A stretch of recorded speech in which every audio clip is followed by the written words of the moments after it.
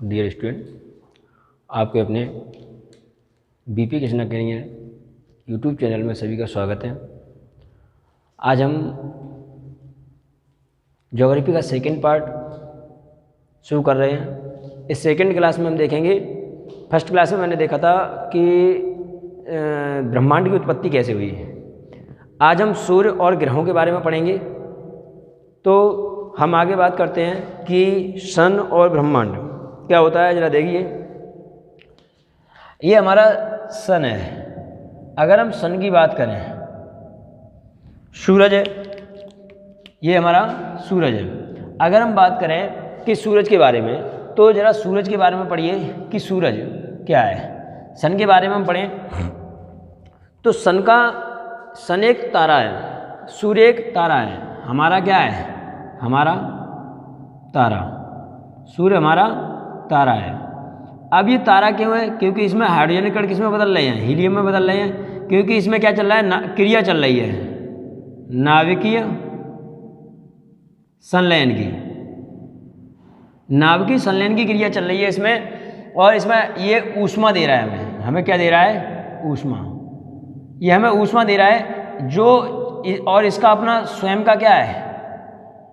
स्वयं का प्रकाश है। इसके पास अपना स्वयं का प्रकाश है। इसलिए जिसके पास अपना स्वयं का प्रकाश होता है उसे हम तारा कहते हैं। अगर पूछ ले हमारा तारा क्या है, हमारे पृथ्वी का जैसे हमारा तारा क्या है, तो सूर्य। अगर आपको सूर्य के, जैसे कि आप जानते हो कि सूर्य का जो भाग हमें स्वतंत्र आंखों से दिखाई देता है, स्वतंत्र आंखों से हमें दिखाई देता है, तो हम उसकी बात करें कि स्वतंत्र आंखों से जो भाग दिखाई देता है उसे क्या कहते हैं। आप देखिए कि जो स्वतंत्र आंखों से हमें दिखाई देता है उसे, जैसे हम अभी, स्वतंत्र आंखों का मतलब होता है आप बाहर निकल के जाइए और सूर्य चमक रहा है उसे देख लीजिए, बस ऐसे ही। तो ये स्वतंत्र आंखों का हो जाएगा। आप सीधे जाओगे बाहर तो आपको जो स्वतंत्र आंखों से, खुली आंखों से आप देखना चाहते हो, जैसे पर डे के रोज के रूटीन में आप जाकर के सूर्य को देखिए, स्वतंत्र आंखें होती हैं। तो स्वतंत्र आंखों से देखते हैं तो हमें क्या दिखाई देता है? फोटोस्फीयर।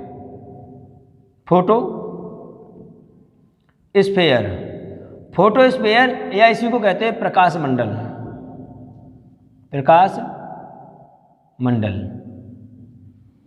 फोटोस्फीयर या प्रकाश मंडल, हम इसी को कहते हैं।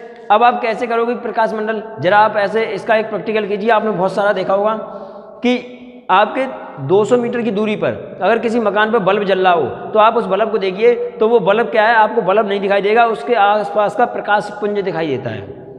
उस बल्ब के आसपास का प्रकाश पुंज दिखाई देता है। इसलिए आपसे मैं कह सकता हूं कि जो सूर्य है वो सूर्य न दिखाई दे करके सूर्य का प्रकाश पुंज दिखाई देता है, उसी को हम फोटोस्फीयर या प्रकाश मंडल कहते हैं। इस प्रकाश मंडल का जो टेम्परेचर है बेटा, इस प्रकाश मंडल का जो टेम्परेचर होता है वो होता है 6000 डिग्री सेंटीग्रेड। 6000 डिग्री सेंटीग्रेड होता है। और सूर्य के केंद्र का टेम्परेचर जो होता है, इस सन के केंद्र का टेम्परेचर होता है वो होता है 15 million degree centigrade. 15 million degree centigrade होता है इसका। अब हम देखें कि ये सूर्य ग्रहण के समय है। सूर्य ग्रहण के समय हमें जो सूर्य का भाग दिखाई देता है उसे हम कोरोना कहते हैं, उसे हम कोरोना। जैसे सूर्य ग्रहण के समय, सूर्य ग्रहण के समय जो भाग दिखाई देता है उसे हम कोरोना या क्रीक कहते हैं। क्रीक कहते हैं। सूर्य ग्रहण के समय जो भाग दिखाई देता है उसे हम क्रीक कहते हैं। और जो स्वतंत्र आंखों से हम जिसे देखते हैं उसे फोटोस्फीयर या प्रकाश मंडल कहते हैं। अब हम देखें इसके केंद्र का टेम्परेचर जो होता है वो 15 मिलियन डिग्री सेंटीग्रेड है। अगर हम बात करें कि सूर्य जो है, सूर्य में कुछ काले काले धब्बे होते हैं। सूर्य में क्या होते हैं? ये काले धब्बे, उन्हें समझिए। ये ब्लैक स्पॉट होते हैं इस तरीके से। सूर्य के अंदर में क्या होता है कि जैसे सन है, सन में जब कोई, उसमें हाइड्रोजन कण हीलियम में जल रहे हैं और नाभिकीय संलयन की क्रिया चल रही है, तो नाभिकीय संलयन में क्या होता है? जैसे कि सूर्य के कण है, अधिक ऊष्मा की वजह से इसमें एक परमाणु का तूफान, जो गैसीय अवस्था में होता है, परमाणुओं का तूफान इतनी तेजी से बाहर निकलता है जो सूर्य के गुरुत्वाकर्षण को छोड़ करके पृथ्वी के वायुमंडल में आ जाता है। पृथ्वी के वायुमंडल में आ जाता है, तो इन जिस जगह से जो ये परमाणुओं का तूफान निकलेगा, जिस स्थान से ये सौर ज्वाला, जो परमाणु सूर्य के स्थान को छोड़ के जाएंगे, उस जगह पर क्या होगा, काले काले ब्लैक स्पॉट पड़ जाएंगे और इन धब्बों को कहेंगे सौर कलंक। सौर कलंक, सौर कलंक कह देंगे इनको। और ये सौर कलंक जो होते हैं 11-11 वर्षों में बनते और बिगड़ते हैं बेटा। 11-11 वर्षों में बनते व बिगड़ते हैं, बनते हुए बिगड़ते हैं। मतलब इनका जो जीवन काल होता है 11 वर्ष में बनते हुए, 11 वर्ष में बनते हैं। इसलिए सौर कलंक की जो प्रक्रिया है वो कितने वर्षों में पूरी होती है? 22 वर्षों में। ये सौर कलंक 11-11 वर्षों में बनते, 11 वर्षों में बनते, 11 वर्षों में बिगड़ते हैं, इसलिए इसे सौर कलंक चक्र कहते हैं। सौर कलंक चक्र। इस सौर कलंक चक्र से पृथ्वी पर क्या होता है, जरा ये देखते हैं। तो सौर कलंक चक्र से पृथ्वी पर होता है कि बेतार संचार व्यवस्था, बेतार संचार व्यवस्था बाधित होती है। कहने का मतलब क्या है कि बेतार संचार व्यवस्था का मतलब होता है जैसे रेडियो टेलीविजन, जो बिना तार की हैं, जो बिना तार की जो सेवाएं हैं वो सारी की सारी बाधित हो जाती हैं। जैसे कि बेतार संचार व्यवस्था है, बेतार का मतलब जो बिना तार के यूज हो रही हैं, जैसे रेडियो है, टीवी है, तो ये क्या है, बेतार संचार व्यवस्था बाधित होती है। कभी कभी टीवी या रेडियो चलते चलते ससराने लगता है, ससराहट आ जाती है, तो यही कारण है।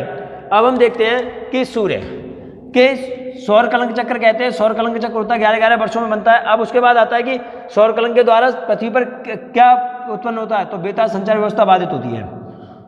सूर्य, अगर क्वेश्चन यहां से बनते हैं, आगे हम देखें कि सूर्य, ये जो ज्वाला निकली थी सौर ज्वाला, ये सौर ज्वाला बोलेंगे इसे, सौर ज्वाला। ये सौर ज्वाला करती क्या है, तो जरा देखिए। ये सौर ज्वाला करती है कि जब ये सौर ज्वाला यहाँ से निकलती है और जाकर के एक हमारी पृथ्वी है, ये हमारी पृथ्वी है, यहाँ समझो कि ये पृथ्वी है, और ये इसका क्या है, एन पोल, और ये इसका क्या है, एस पोल। ये इसका एस पोल है और ये इसका एन पोल है, उत्तरी ध्रुव और दक्षिणी ध्रुव। तो याद रखिए, जब ये प्रकाश सौर ज्वाला वाला, ये वाला प्रकाश जब ये क्या होता है, जब उत्तरी ध्रुव पर चमकेगा तो इसे कह देंगे Arora borealis, Arora borealis.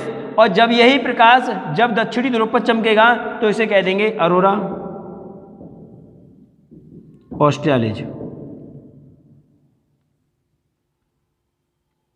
Australis.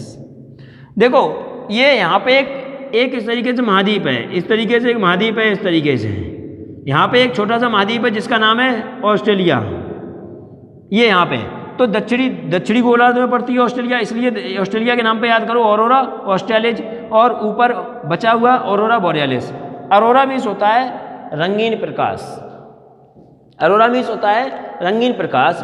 तो अरोरा बोरियालिस उत्तरी ध्रुव पर और दक्षिणी ध्रुव पर, क्योंकि दक्षिणी गोलार्ध में ऑस्ट्रेलिया है इसलिए ऑस्ट्रेलिया के नाम पर याद करो अरोरा ऑस्ट्रेलिस, और बचा हुआ ऊपर बोरियालिस। ये थी सूर्य की कहानी। अब हम बात करते हैं, अगर यहाँ पे पूछ लिया जाए सूर्य किसी के चक्कर लगाता है, जैसे ग्रह सूर्य के चक्कर लगाते हैं, तो सूर्य किसकी चक्कर लगाता है, तो सूर्य हमारी आकाश गंगा का चक्कर लगाता है, आकाश गंगा का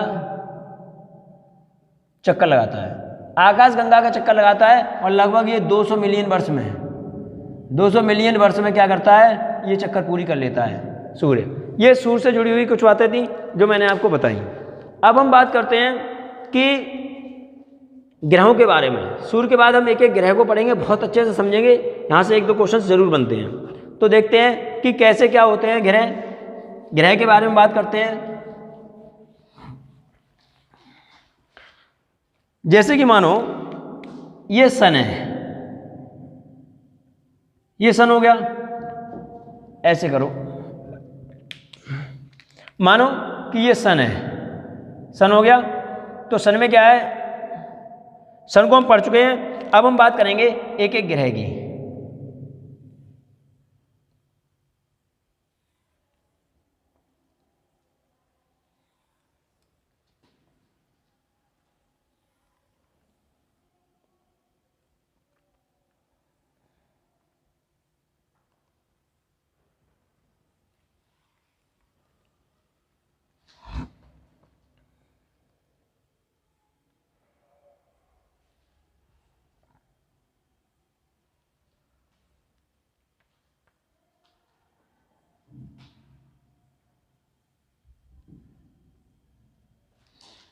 ये ग्रह हैं, तो हम इन ग्रहों की बात करेंगे। जरा देखिए कि कैसे क्या होते हैं। इन ग्रहों के बारे में हम बात करें तो किस तरीके से इन्हें ज्ञात करेंगे। जरा ध्यान दीजिए कि हम ग्रह की बात करें तो एक ग्रह यहाँ होगा, एक यहाँ होगा, ये इस तरीके से होंगे।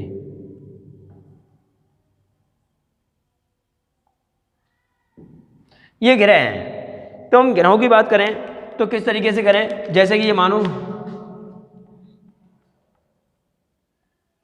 ये, अगर हम बात करें तो इसे मानो पृथ्वी, नीले रंग का है तो पृथ्वी है। अब इसे मान लो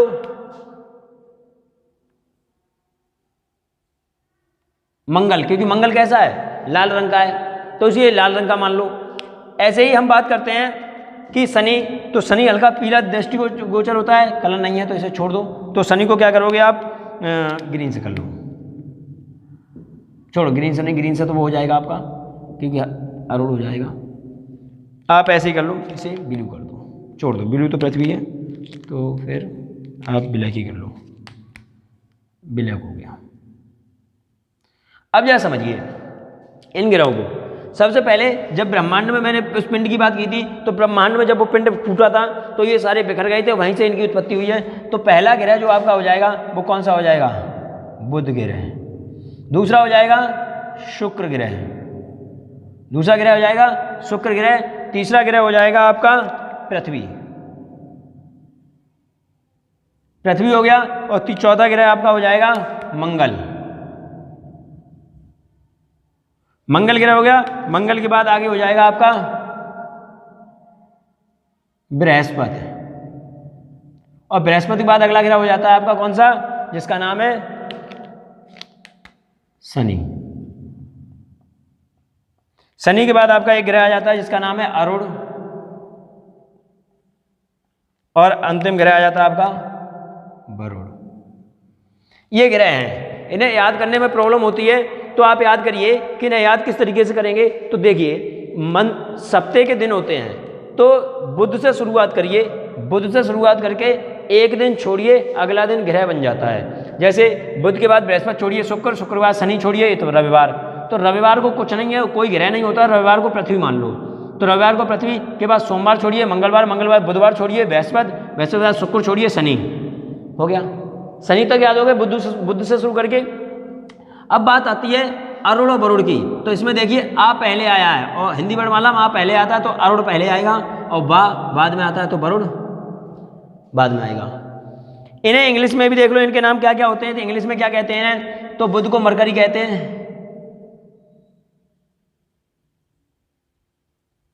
मरकरी। शुक्र को वीनस कहते हैं, पृथ्वी को अर्थ कहते हैं, मंगल को मार्स कहते हैं, और बृहस्पति को कहते हैं जुपिटर, जुपिटर, और शनि को कहते हैं सैटर्न। अब उसके बाद देखो अरुण और वरुण, ये बहुत ज्यादा इंग्लिश में ही नाम पूछे जाते हैं अरुण और वरुण के। तो इसे बोलते हैं क्या,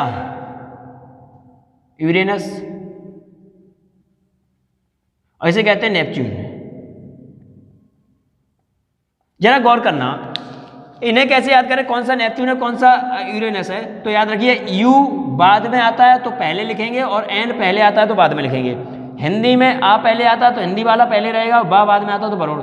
लेकिन यू में उल्टा कर देते हैं इंग्लिश में, कि यू अगर बाद में आता है तो आप पहले लिख दो, और एन बाद में आता है वो पहले आता है तो आप बाद में लिख दो। ये इस तरीके से इंग्लिश के वो होते हैं। अब आपसे पूछ रहे हैं दूरी के क्रम में कि सूर्य से दूरी के क्रम में ग्रहों की वो बताओ, ग्रहों का क्रम बताओ। तो दूरी के क्रम में आप बता सकते हो, एक दिन छोड़ के अगला दिन क्या हो जाएगा, ग्रह बन जाएगा। बुध, शुक्र, पृथ्वी, मंगल, बृहस्पति, शनि, अरुण और वरुण, एक दिन छोड़ के आप बनाइए। अब हम बात करते हैं, देखो इसमें ये तो कहानी थी दूरी के आधार पे, एक चीज़ यहीं बना दूँ मैं, ये तो दूरी के आधार पे क्रम हो गए, दूरी के आधार पर सभी ग्रह हो गए। किसके आधार पे, दूरी के आधार पर, दूरी के आधार पर। अगर हम यहीं पे बात कर लें, ये दूरी के आधार पे भी हैं, और याद रखिए जिसका पथ छोटा है वो जल्दी चक्कर लगा लेगा, जिसका पथ बड़ा होता जाएगा वो देर में चक्कर लगाता जाएगा। तो ये क्या होगा, परिक्रमण के काल पर भी हो गए, सूर्य के परिक्रमण काल। तो परिक्रमण काल किसका सबसे कम होगा, तो बुध सबसे जल्दी सूर्य के परिक्रमा लगा लेगा। जिसका पथ, जिसका मार्ग बड़ा होता जाएगा वो क्या करता जाएगा, उसका जो परिक्रमण काल है वो बढ़ता चला जाएगा। तो ये क्या है, परिक्रमण काल के आधार पर, परिक्रमण काल के आधार पर।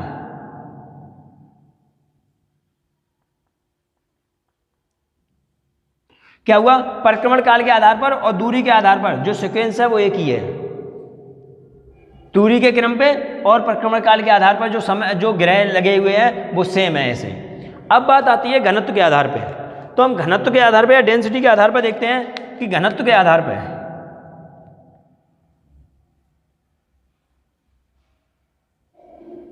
हम घनत्व के आधार पर देखें, तो घनत्व के आधार पर किस तरीके से हम देखेंगे, घनत्व के आधार पे मान लो अवरोही क्रम, घनत्व के आधार पर अवरोही क्रम क्या है, अवरोही क्रम का मतलब है सबसे ज्यादा घनत्व। अवरोही, ये समझ लो दो चीजें, आरोही और अवरोही किसे कहते हैं, कंफ्यूजन हो तो खत्म कर लो इसे, कि अवरोही कितने अच्छे हैं, 4, 1 2 3, कितने अच्छा 3। तो जो छोटा है उसमें सबसे पहली संख्या सबसे छोटी, फिर उससे बड़ी, फिर उससे बड़ी, फिर उससे बड़ी, फिर उससे बड़ी, तो मतलब बड़ी होती चली जाएगी छोटे से बड़े की तरफ। और अवरोही में देखो ये बड़ा है तो सबसे पहले बड़ी संख्या, इसमें क्या होगा, अवरोही में सबसे पहले बड़ी संख्या, फिर उससे छोटी संख्या, फिर उससे छोटी संख्या, फिर उससे छोटी संख्या, फिर उससे छोटी संख्या, फिर उससे छोटी संख्या। मतलब अवरोही बड़ा है तो सबसे पहले बड़ा आएगा, फिर छोटे की तरफ चलेंगे। आरोही छोटा है तो छोटे से बड़े की तरफ चलेंगे।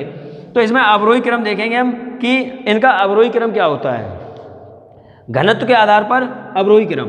जरा देखिए अब हम क्या करेंगे कि घनत्व के आधार पर देखेंगे कि घनत्व के आधार पर क्या होते हैं। तो अब आगे देखते हैं कि देखो घनत्व के आधार पर आप ऐसे याद मत करिए, देखो कैसे याद करना है, यहां से याद करिए, पृथ्वी बुध, यहां से आइए, पृथ्वी बुध, ये दोनों ले आए, ये फर्स्ट अटेम्प्ट मानो, और किधर गया ये, ऐसा चलेगा। तो फर्स्ट अटेम्प्ट ये हो गया, पृथ्वी से किस पे आए, बुध पे। फिर उसके बाद करेंगे शुक्र मंगल, यहां से ऐसे उल्टे जाओ। अब सेकंड राउंड ये लगा दिया आपने, क्या किया, सेकंड राउंड ये लगा दिया, और ये किधर गया, ऐसा। तो कहने का मतलब पृथ्वी से बुध पे आए, शुक्र से मंगल पे गए, ऐसे आए और फिर ऐसे ऐसे गए। तो पृथ्वी बुध शुक्र मंगल क्या हो जाएगा, शुक्र मंगल हो गया। अब उसके बाद देखो कि यहां से 4 ग्रह लगा दिए, यहां से अंदर से आओ, पृथ्वी शुक्र बुध और शुक्र मंगल। उसके बाद इन 4 पे पहुंचेंगे। तो 4 पे कैसे पहुंचेंगे, देखो ध्यान देना, पीछे से आगे वाले पे आओ, बृहस्पति पे। तो क्या हो जाएगा, वरुण बृहस्पति, वरुण बृहस्पति हो गया। पीछे वाले से आगे वाले पे, सबसे लास्ट वाला, उसके बाद जो 4 में बचा है आगे वाला, वो पीछे वाला और आगे वाला। तो पहले पीछे वाला फिर आगे वाला, और फिर यहां से क्या हो जाएगा, यहां से अरुण और शनि, यहां से फिर पीछे वाला और आगे वाला। पीछे वाले में क्या करें, पीछे से आगे वाला और फिर उसके पीछे वाले का उसके आगे वाला। तो क्या हो जाएगा, अरुण और शनि हो गया। इस तरीके से ये घनत्व के आधार पर हो जाते हैं कि कौन सा ग्रह जो है घनत्व के आधार पर सबसे ज़्यादा घनत्व किसका हो जाएगा, पृथ्वी का अगर पूछ ले, और सबसे कम किसका हो जाएगा, इसका हो जाएगा कम, सबसे कम घनत्व है, और इसका सबसे ज़्यादा घनत्व है। अगर आपसे पूछे सबसे ज़्यादा घनत्व किसका है तो पृथ्वी का, सबसे कम घनत्व किसका है, शनि का। इस तरीके से याद करिए। अब दूसरी बात हम यही पूछ लें कि द्रव्यमान के आधार पर क्या होगा कि द्रव्यमान के आधार पर ग्रहों को लगाइए। तो द्रव्यमान के आधार पर जो ग्रहों को लगाएंगे तो उसमें क्या होता है कि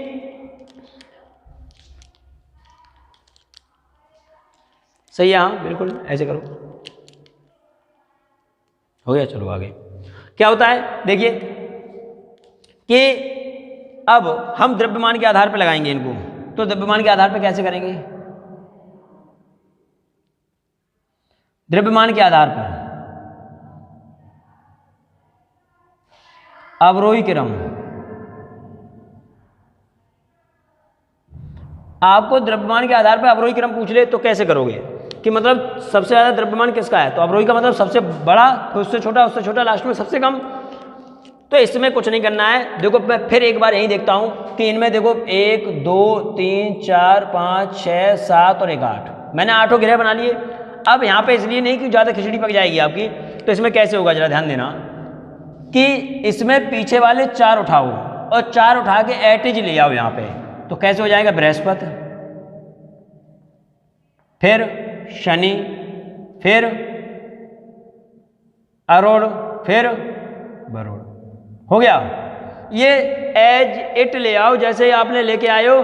तो इसमें क्या है कि आपने जैसे कि जैसे आप एटेज उठा के ले लो, पीछे वाले 4 ग्रह उठा के ले लोगे। ये द्रव्यमान के आधार पर अवरोही क्रम में 4 पीछे वाले लग गए, सीधे उठा के आगे रख दिए।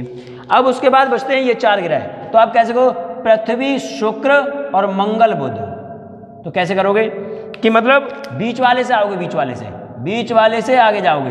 तो पृथ्वी, शुक्र और उसके बाद क्या है? ये वाला मंगल, बुध। तो क्या हो जाएगा?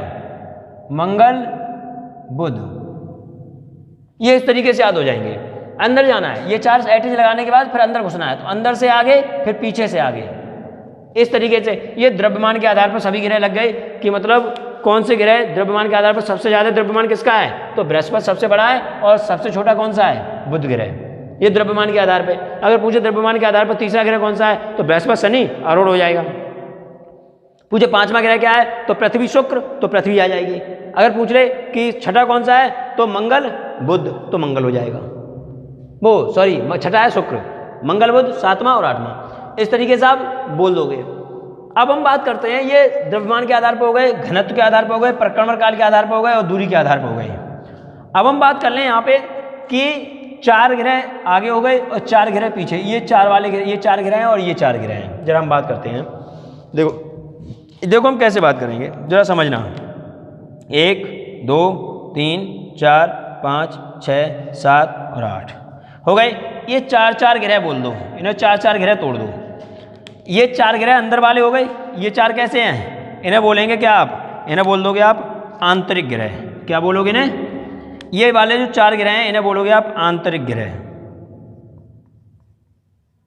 आंतरिक ग्रह, क्योंकि अंदर साइड में है ना ये 4, ये वाले 4, तो ये वाले 4 हैं, 1 2 3 4, ये आंतरिक ग्रह हो गए। और ये वाले क्या होते हैं? बाह्य ग्रह। बाह्य ग्रह, समझ में आया? अब ये बाह्य ग्रह होते हैं या इन्हीं को जोवियन ग्रह भी कहते हैं।